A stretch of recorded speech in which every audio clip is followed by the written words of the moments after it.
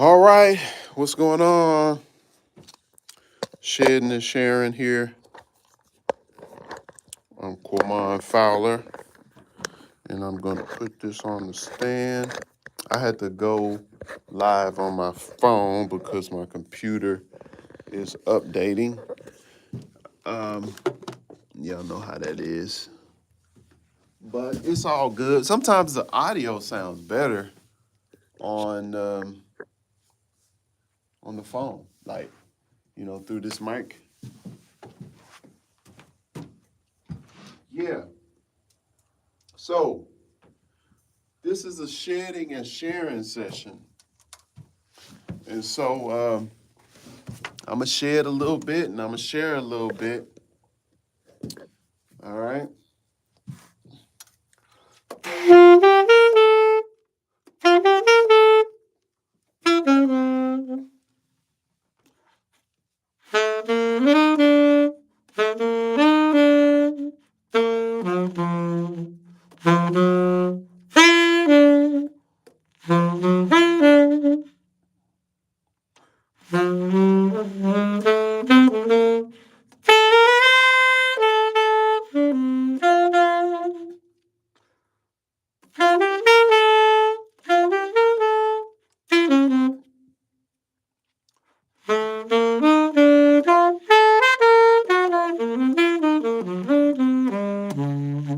I need to learn this tune tenderly. I don't really know it all the way.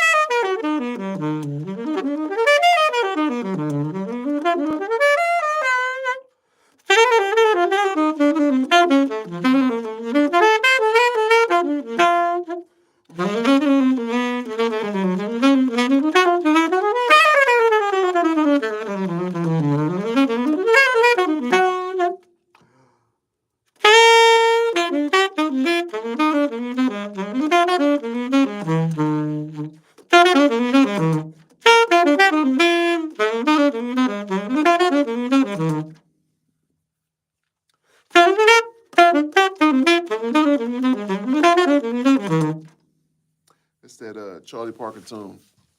But we are shedding. I'm in the shed, y'all. All right, let me talk to you about what's going on. I got some singles that I have in queue that are just about ready. I just need to do some mastering on some stuff, on some tunes, and then I'm gonna start putting together my campaign so I can start marketing them and learning new stuff. It's like a moving target when you talk about music business, especially digital marketing. Digital marketing. Digital marketing is what I meant to say. And so what I've been doing is watching some YouTube, um, musicians and people who've marketed and done some things um, for, doing, releasing a single and stuff. So I got some really cool strategies. And I got to be consistent. That's the thing with this, all of this is really consistency on social media. And one of the things you have to be prepared with or prepare for is, um, having a team that can help you execute your ideas. And so that's always a challenge for a lot of business businesses, small businesses.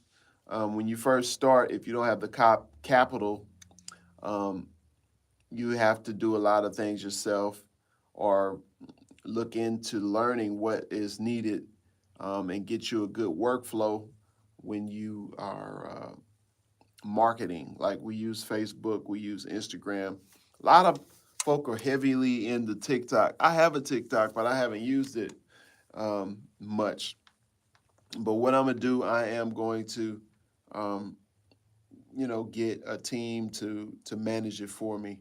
That'll be the best use of my time because it's a lot to be pulling in the titles and keywords, tags, hashtags, and all of that, descriptions, and all of that to go with the content that you create. Creating the content is easy, but it's that post, editing and putting all the right tabs and stuff in there. That can be tedious, especially when you have to do it on multiple platforms. Now I know and understand there are services that allow for you to put it in to one place and it'll send it out to all the other platforms. Um, and I'm using that, but I also have just assistants that do it. So on the back end, I'm just trying to get organized before I launch the new music, and really put a good campaign in place before I just put the stuff out there. So that's where I am now. And but I've been making progress. We did the Making Money with Your Music seminar last week, or was it a couple weeks now? Um, the 17th of February. So it was really good, really good. Um, yeah, that's right. Yeah, Monday. It was Monday the 17th.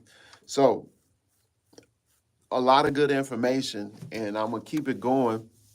And once again, I mean, even from doing that, we gotta turn around, create the pages, and put things in place for people who missed out and want to get the replay.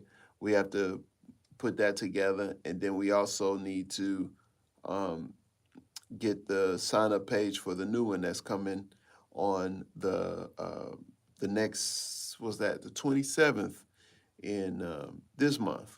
So we're gonna do it again, and it was really good information. I'm inspired. I'm working on some things. I have a performance coming up on the 25th at the Scat Jazz Lounge, and I have another one coming up at the Warehouse on the 22nd in April. And so in between there, I got a wedding, but that's a private deal. But I'm inspired, and so when I do my performances, I'm going to be applying some of the tips that we learned on how to sell from the stage, from our Making Money with Your Music. Okay, so really cool stuff. Let me see. So on that gig on the 22nd, though, April 22nd, I am going to have a virtual ticket. So you'll be able to catch it also if you want to be a part of that. You'll be able to. I just once I get the page ready, I've got the page built, and just need to connect the payment options there. But yeah, it's coming along, definitely coming along.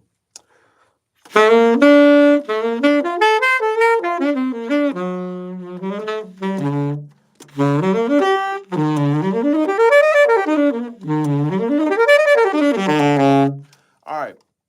So what I'm going to do, I want to talk about how you can go from the basics into more intermediate and advanced things.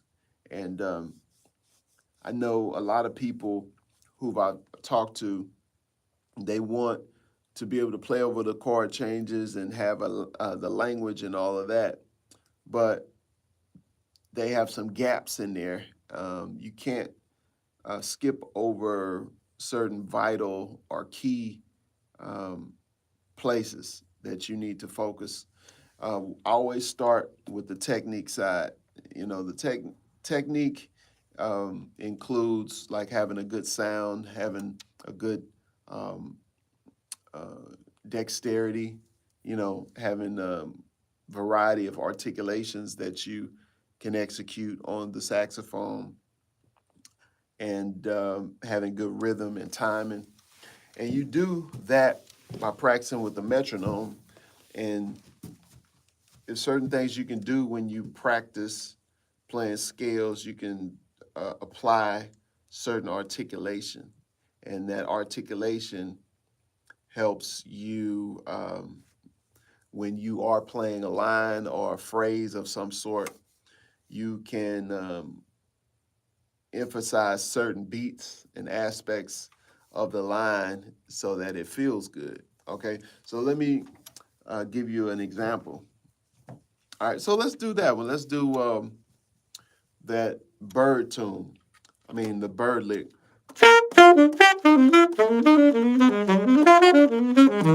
All right, so that lick right there. Now, it does arpeggios. So that's all that is like arpeggios going down the modes. So it's very important. That's why I always like to start off playing scales and playing the modes, because if we look at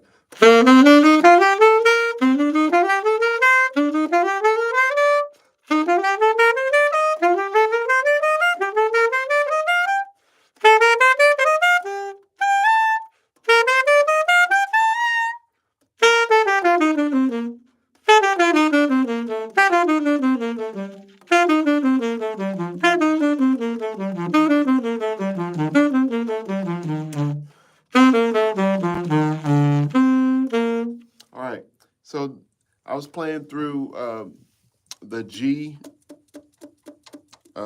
major scale modes on the alto. On the piano concert, it would be B flat. And so when we look at that, um, when we look at that lick at the beginning of that lick, we go. All that is just arpeggios going down diatonically.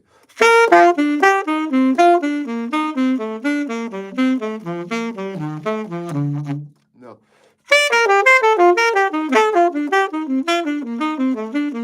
You know, so one of the things you want to do when you do listen to lines that you transcribe, try to figure out what is it related to.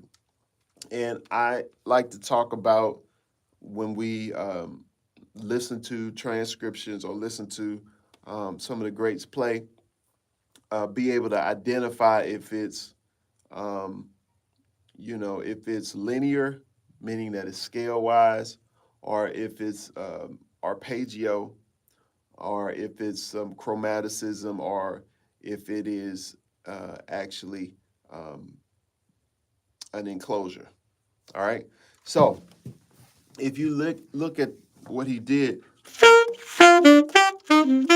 all right, that's the first half, and then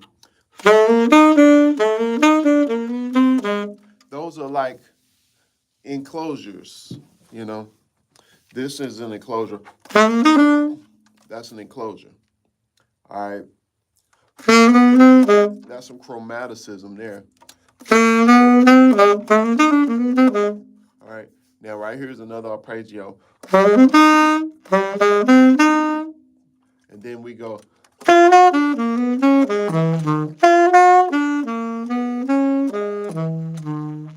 So,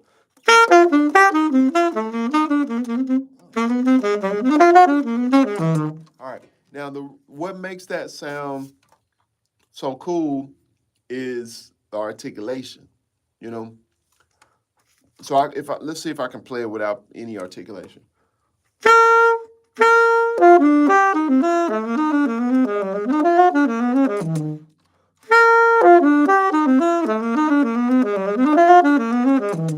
That's just slurring everything, right?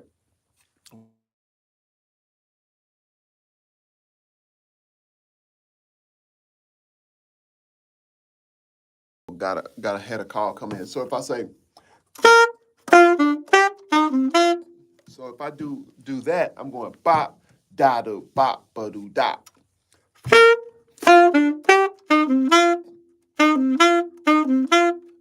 Another thing, the note for D, you know, we got different ways, 3 different ways that we can play D on the saxophone in terms of to get a different effect and sound. So I say, you got where you play D, 1, 2, 3, 1, 2, 3, in the octave key, or I can play the same thing but just play the palm D.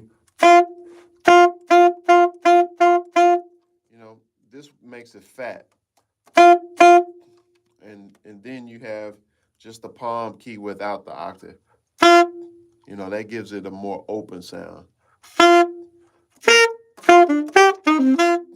know, or that's just the front D. Or I can play.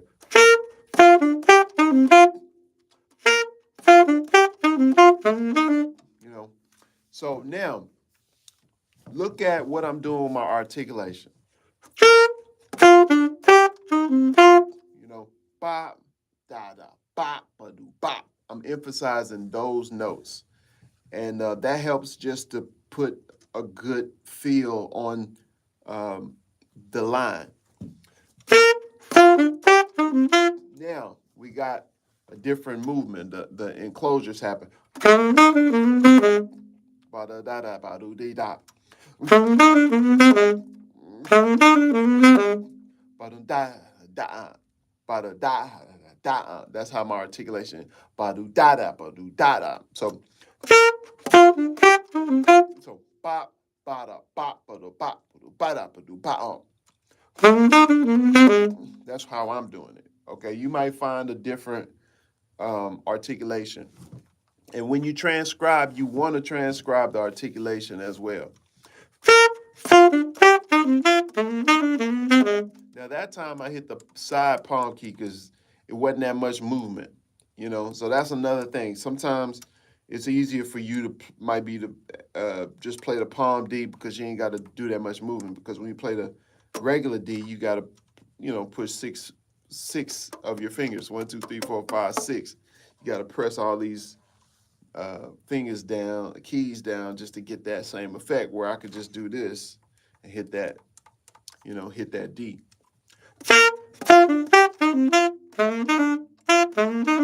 Instead of going, you know, it just depends. All right, now the next part. Now, right there, that naturally has a pop when you get to the top of that. Now,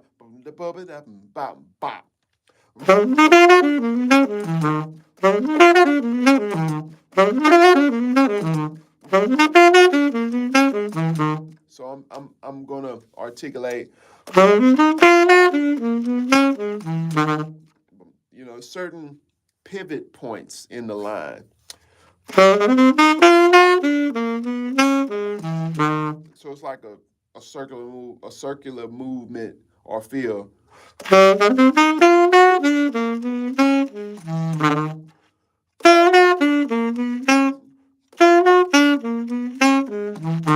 Pop, pop, pop. Right there. That's it. So that feels good.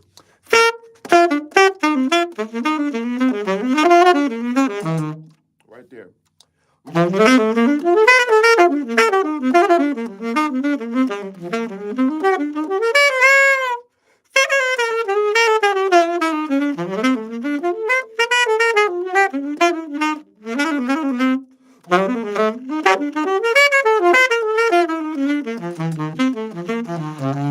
So, yeah, articulation is very important. So how do you get there? How do you get to that point where you can just play all the lines with the right articulation? Well, first of all, it would take you taking a lick like that, or any lick that you have, and being real intentional and precise with your articulation. Then put it in different keys so you can play it um, through different patterns and combinations in terms of your fingers to get it under your fingers. And also, you need to get your embouchure and breathing, and as well as your articulation needs to get accustomed to that.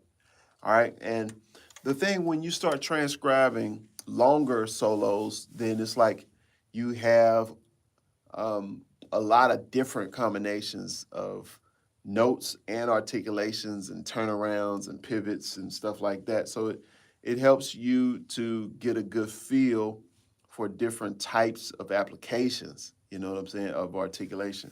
So, but if I'm looking at, like, for instance, I thought about this lick because I was working on After You've Gone, and just like Cherokee, you know, that little solo break, you know, because Cherokee goes to,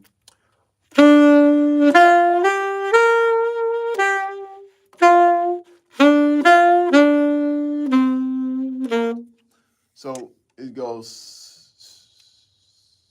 1, 2, 3, 4, 2, 3, 3, 4, to the 4 chord. You go. So you got 1, then you got the 5, 1, 4, but it's a 2, 5, 1. You know, going to E flat concert.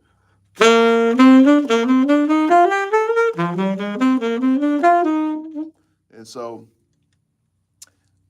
with that right there at that point, um, Charlie Parker played it, you know, in Cherokee. But if you're gonna do after you've gone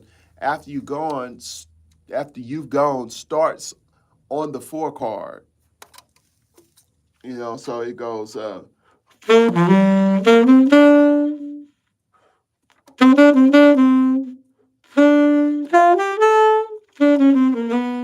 So it goes. Beep boop be bo da do do ba da de le do da da da da da bo da da da da da da ba boop ba. You know, that would be a good spot to put it, like at the end of the break, going back to the top, because they go.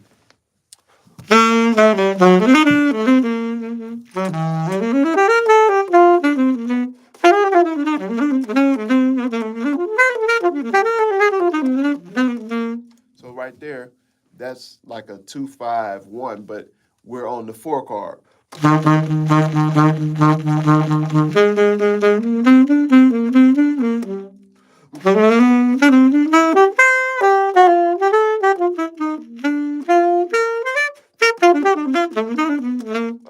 I started too late.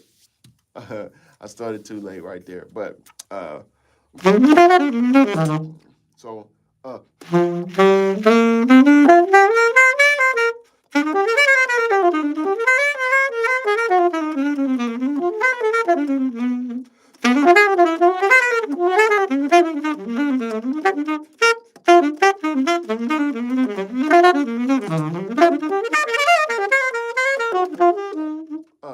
So anyway, so that gives you an idea of how you can apply something like that line. All right. So now scales. I wanted to go back to some basics so that we can show you how to apply the basics to something more complicated, you know, when you're trying to solo. All right. Over something like After You've Gone or Cherokee or something like that. So scales. But don't play them just like that. Think about the feel for it. 1, 2, 1. Ah.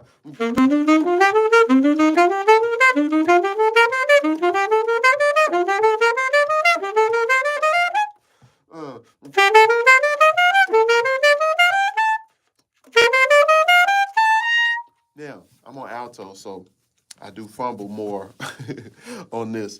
But let's slow it down because I'm going up in the artissimo range, so I had to think about it. Then I had to think about my articulation. So let's slow it down.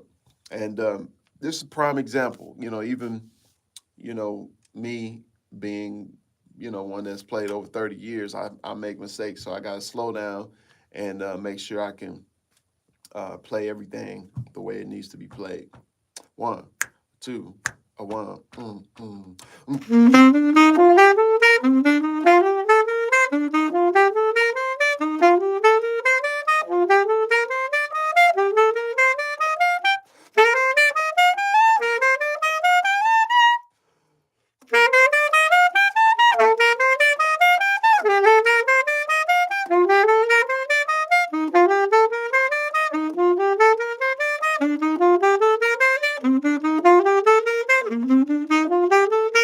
All right, let's come down.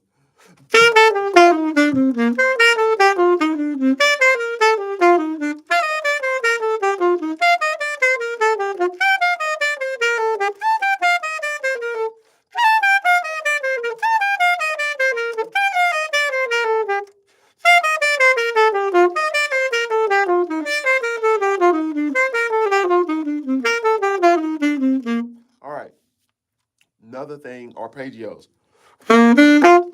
Do 3-note arpeggios first. And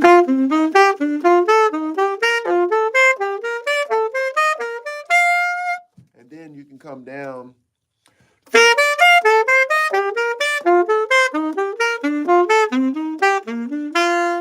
Then you can descend while you go up.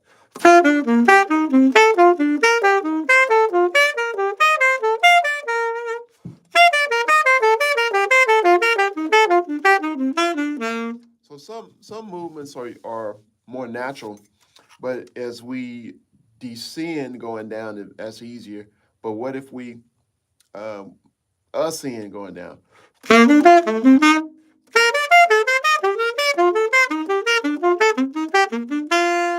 You know, and then doing both.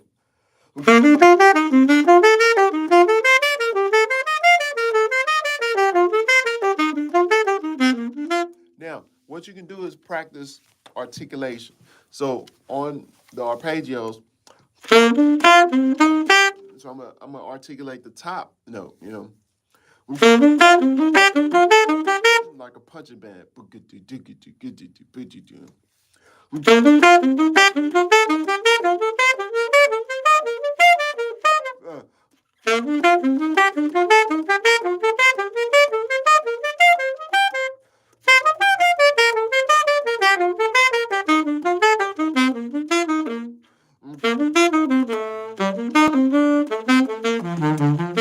Anyway, so that's playing around with articulation when you play 3-note arpeggios. So let's do seventh. So let's do 1, 3, 5, 7. This is 4 notes.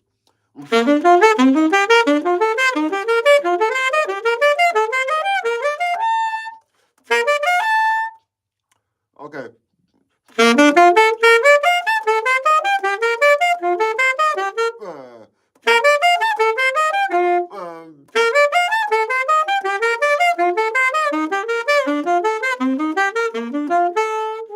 Then let's do um,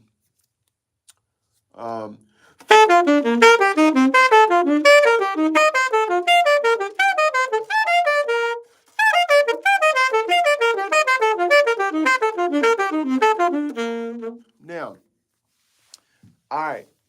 So now we can think about articulation, right? Let's do every other note, right? We're gonna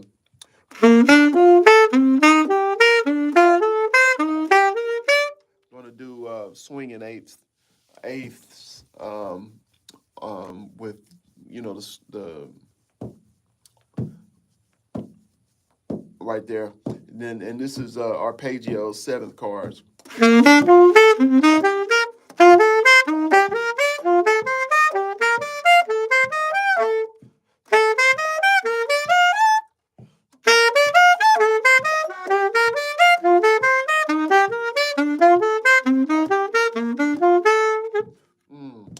Uh,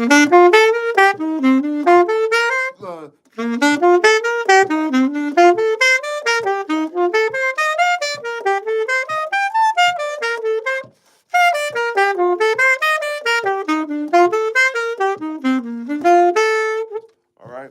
So now we played all of those different combinations.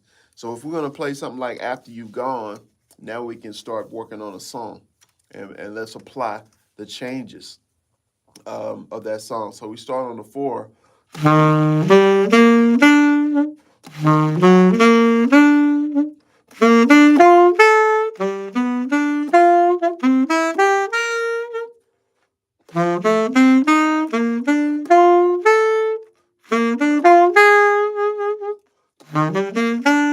Now you have to get the changes. I'm not really going to go through a lot of specifics. I'm kind of giving you a overall synopsis of how you can approach practicing tunes. Okay, I'm just playing the arpeggios.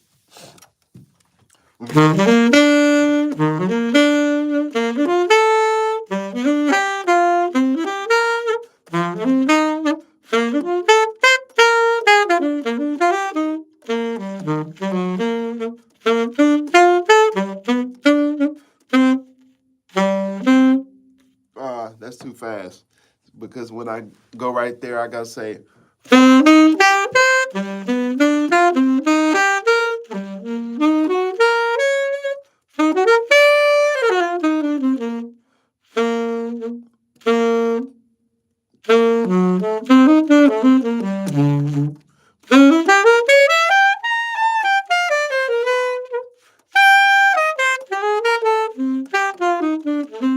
Now, it's very important to outline the changes so you'll know what you're supposed to play in those spots. So let's do it again.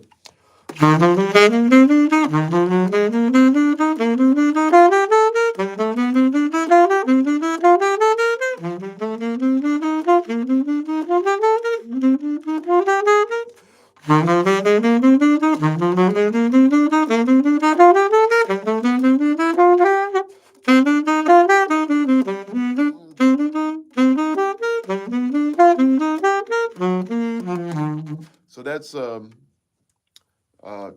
two beats apiece.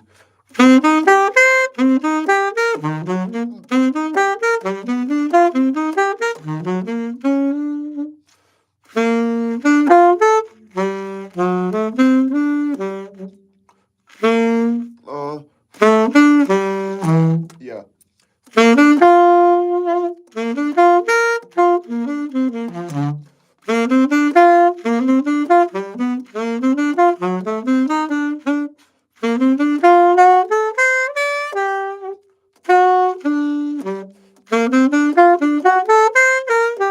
Gotta work that out.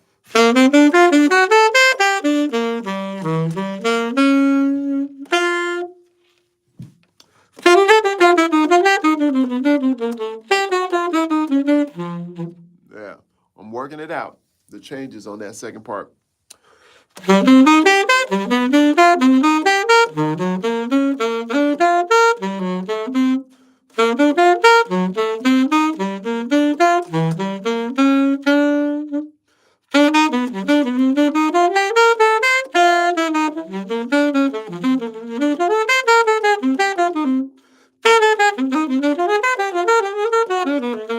Now, I'm hearing it.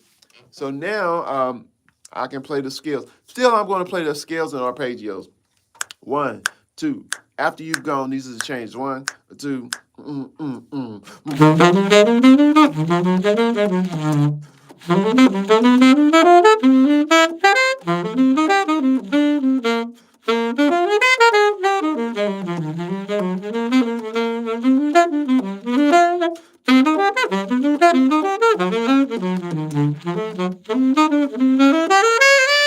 That's too fast because those changes get you right there. So let's slow it down.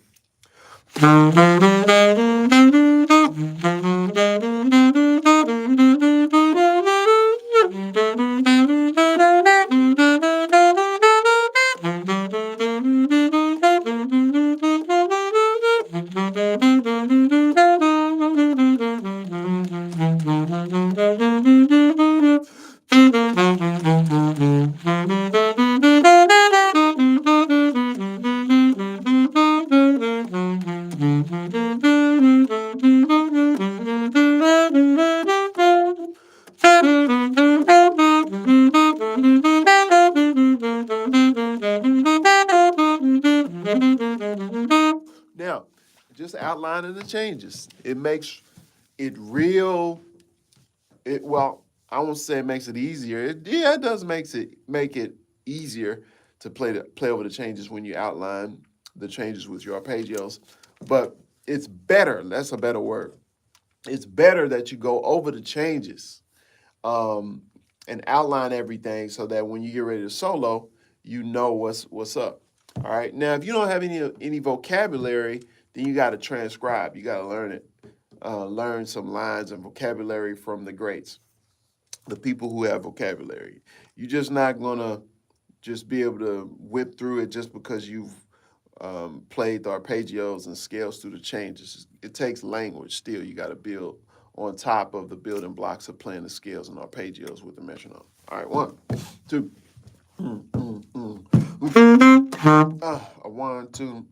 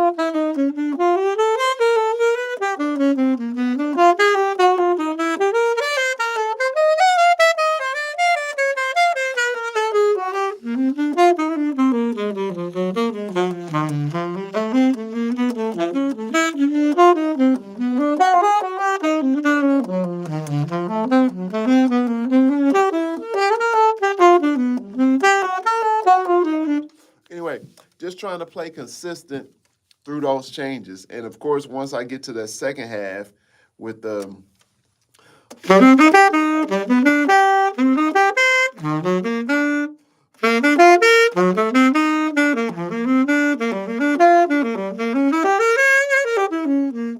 see that part in there is what I got to work on.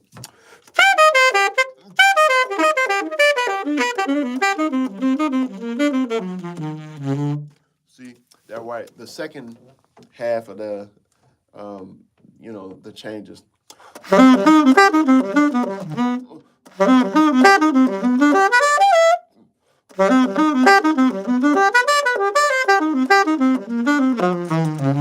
Right there.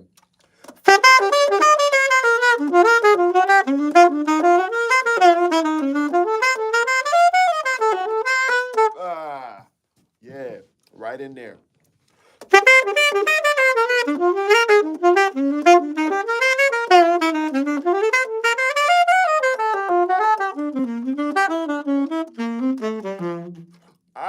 It's all about maneuvering through that.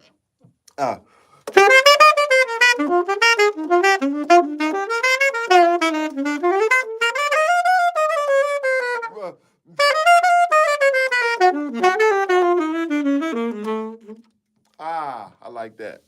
So let's see.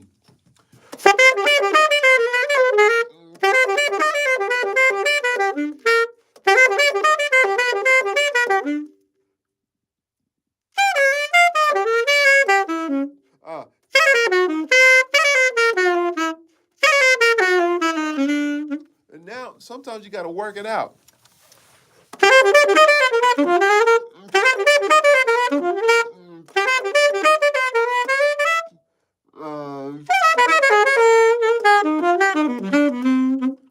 what I'm doing.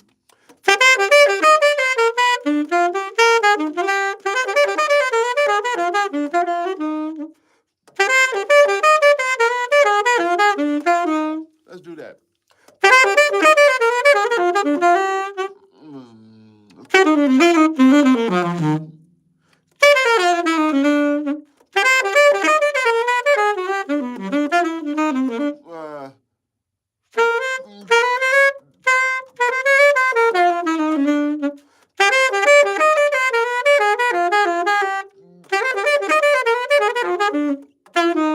Let's do that.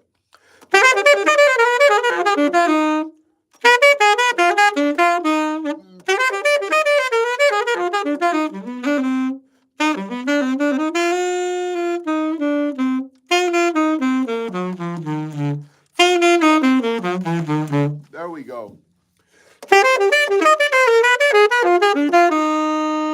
Ah.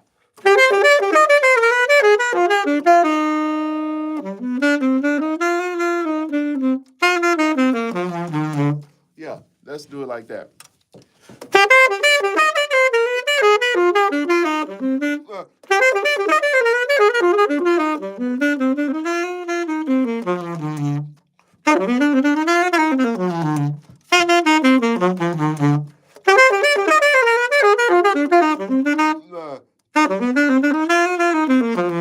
There we go.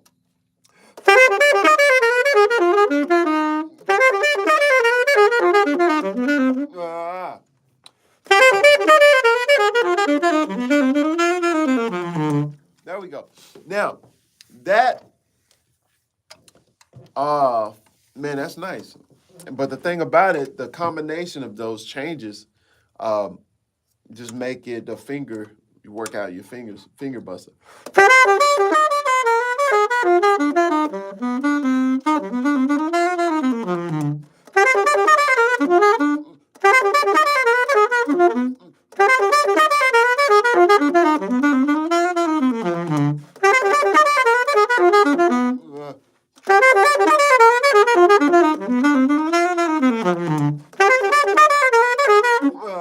That right there, those Arpeggios give me.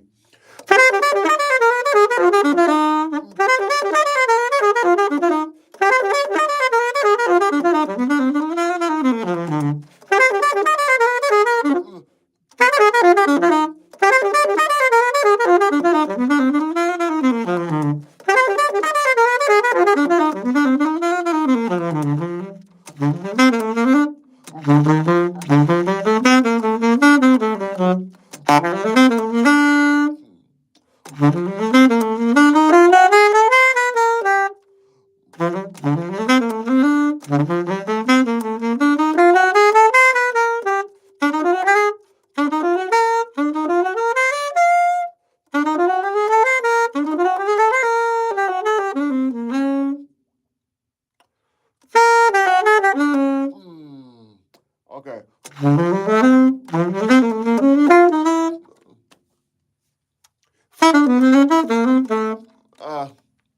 Let me see how I'm gonna come out of it.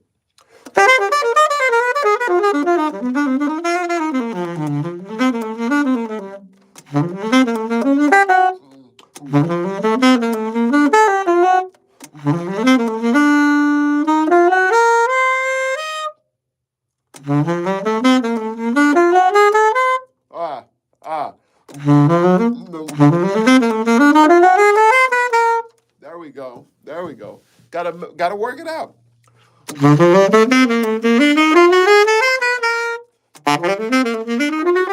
No.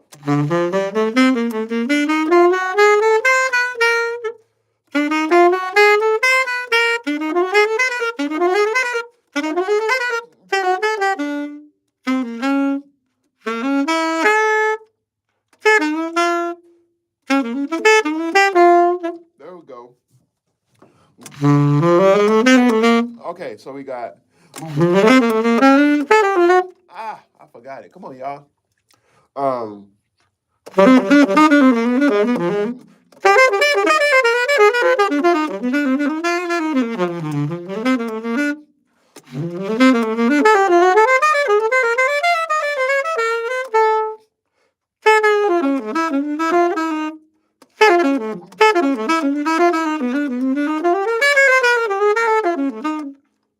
Okay.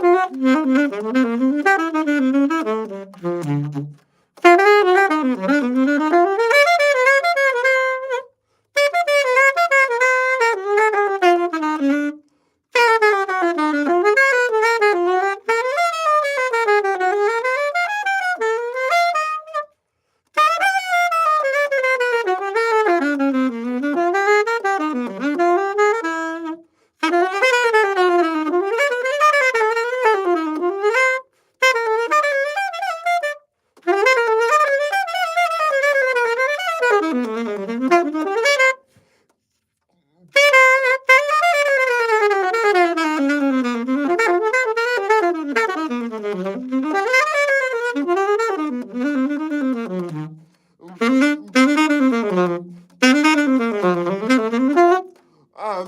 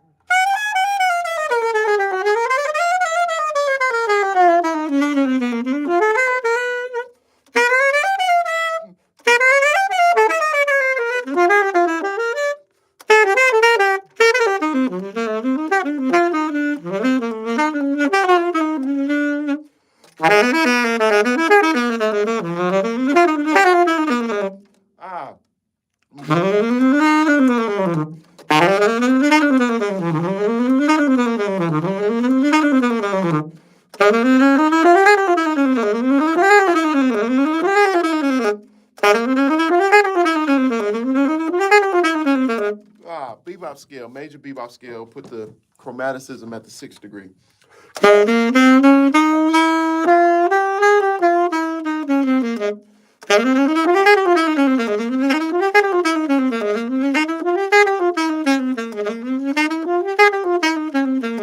More articulation, bop, bop, bop, bop, bop.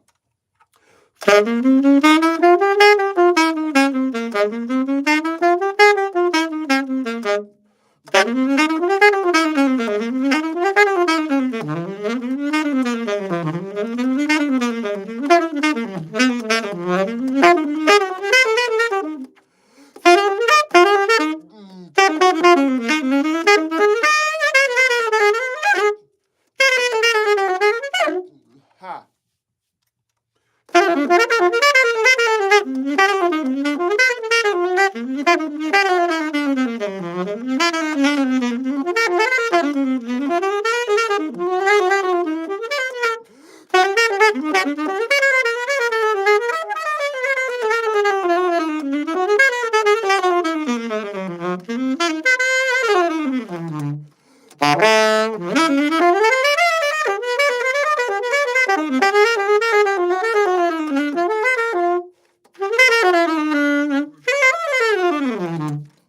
part that gives me that second part.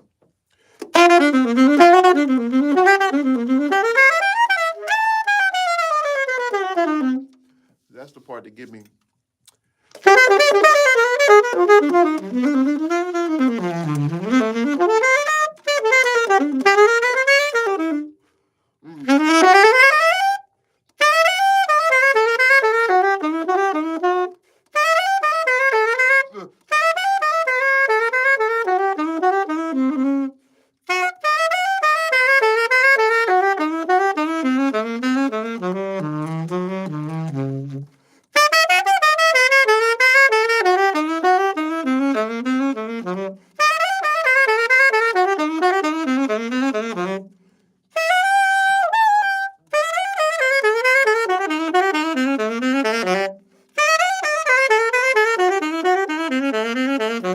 Timing is everything, and sometimes these changes can slip up on you, and like you're like a millisecond late or a second late, and then you got to adjust because the next chord is already in place. So that's why it's good to practice on it beforehand, and you know, you'll be able to navigate a lot easier. All right, so that's it for this lesson. It was a good share session. I'm enjoying it. I want to keep going. Let's see. I need to work on Tenderly. So next time I'll work on Tenderly. My computer, if I can tilt it around here, you see it's still loading. So I was going to try to stream on it, but I did an update, and I shouldn't have. But it's all good. I needed to because my programs were freezing up on me. So I take it was time to do an upgrade.